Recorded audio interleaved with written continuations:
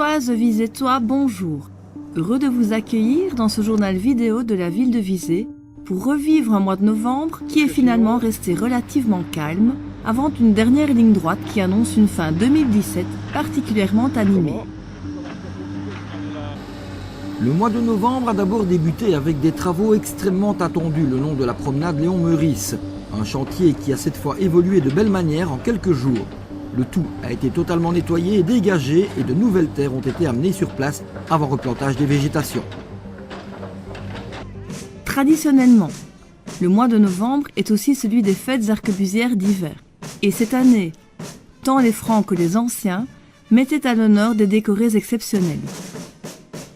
Du côté de la rue de Démont, Émile Quinet, papa de l'actuel président, recevait une décoration pour 90 ans de présence effective, puisqu'il a commencé à marcher dès 1927 à l'âge de 3 ans. Président du comité des jeunes dans l'après-guerre, il est ensuite devenu membre effectif du comité, au sein duquel il est aujourd'hui membre d'honneur.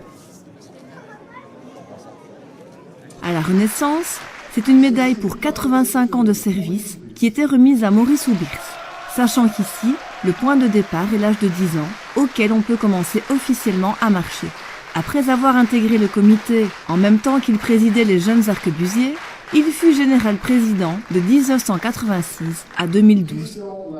Depuis, il est général président honoraire. Deux célébrations forcément empreintes d'émotion. Entre les deux, comme chaque année, c'est le feu de la Saint-Martin, bouté sur l'île Robinson, qui a amorcé la fête des anciens arquebusiers. Autre date importante de novembre, le 11, jour de l'armistice de la Première Guerre mondiale.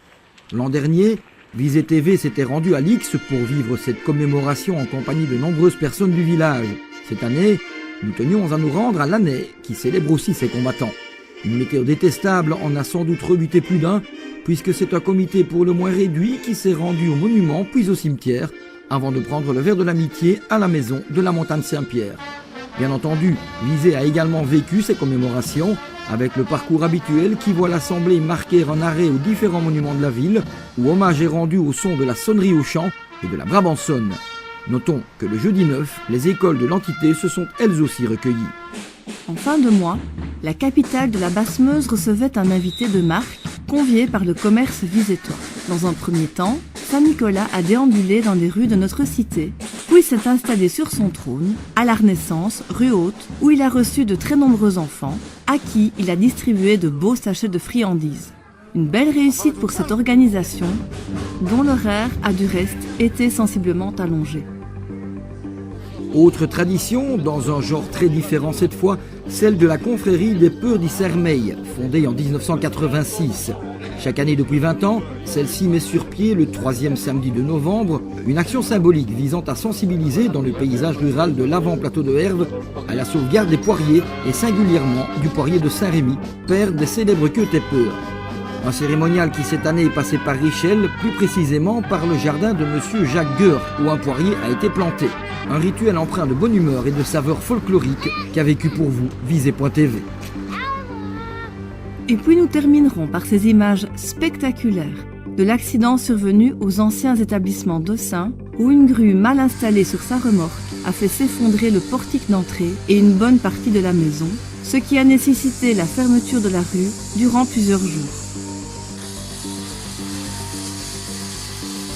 Ce qui a nécessité la fermeture de la rue pendant plusieurs jours, le temps de consolider le tout.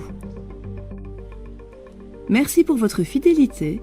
Nous vous retrouvons début janvier pour l'actualité du dernier mois de l'année. D'ici là, nous vous souhaitons de belles fêtes.